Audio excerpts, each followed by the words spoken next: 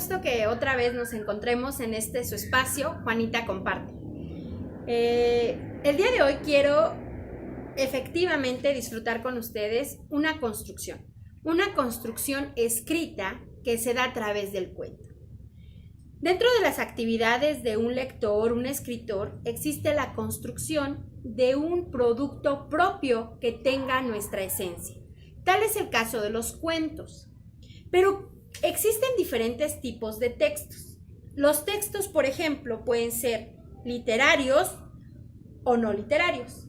Dentro de los no literarios encontramos los textos informativos, como pueden ser alguna noticia, biografía, un reporte, algún hecho histórico, un instructivo o incluso las normas, un texto que tenga que ver con un decreto, con algún reglamento. Pero en esta otra parte, que es la que nos concierne, vienen los textos narrativos, y en estos textos narrativos encontramos el cuento, la novela, la fábula, las leyendas. Y los líricos, como cuando mamá nos cantaba, es efectivamente eso, un poema, un oda o simplemente una canción. Y también existen dentro de estos textos literarios los dramáticos, pero estos se acostumbran más para el teatro. Un cuento, que es el tema que hoy nos concierne, es un escrito breve en el que participan personajes en un tiempo determinado y en un lugar específico. Y dentro de estos cuentos aparecen subgéneros. Por ejemplo, los populares, los románticos del amor, los de terror, los de ciencia ficción e incluso los policíacos. Volvemos otra vez. Dentro de estos populares están los cuentos de hadas, los de animales o también los de costumbres. Un ejemplo puede ser La fiesta del maíz, cuentos que narran en algunas comunidades o cuentos que van de generación en generación. Pero bueno, ¿quieren ustedes conocer las partes del cuento? Me encanta saber que sí.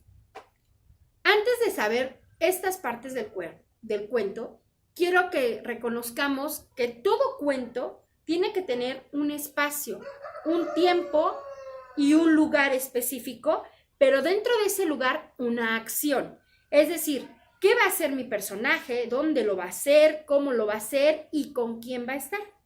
Y para esto tenemos que aparecen dentro del cuento, como parte de sus 3 etapas, el principio.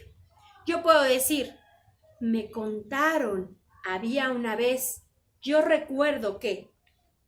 El nudo, o algunos también le llaman clímax, o lo que tenga una relación de donde están pasando todos los sucesos, y una solución o desenlace.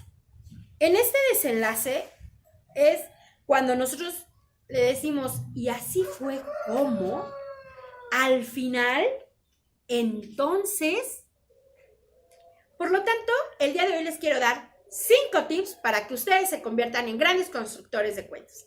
El número 1 es, dense el tiempo, motívense, sientan el placer de escribir. Escribir utilizando nuestras anécdotas, nuestras historias, nuestros sentimientos. Es decir, para ser unos grandes escritores tenemos que observar, ser detallistas en lo que tenemos a nuestro alrededor y los personajes. Imaginar mientras escribimos. Imaginar que Juanita viajaba y empiezo a seguirlo en mi escritura. Otro es, compartan su escrito, léanselo, como dicen por ahí, a quien más confianza le tengan. Posterior a ello, revísenlo, verifiquen su ortografía y denle una secuencia. Para ser escritor no se necesita tener un grado académico muy alto, ni tampoco haber nacido con el don. Simplemente basta un lápiz, el corazón, un papel donde plasmar y pensar a quién le vamos a contar nuestro cuento. ¿Qué sentido tiene que escuchen nuestro cuento? ¿Y qué creen? Con esto se convertirán en grandes escritores.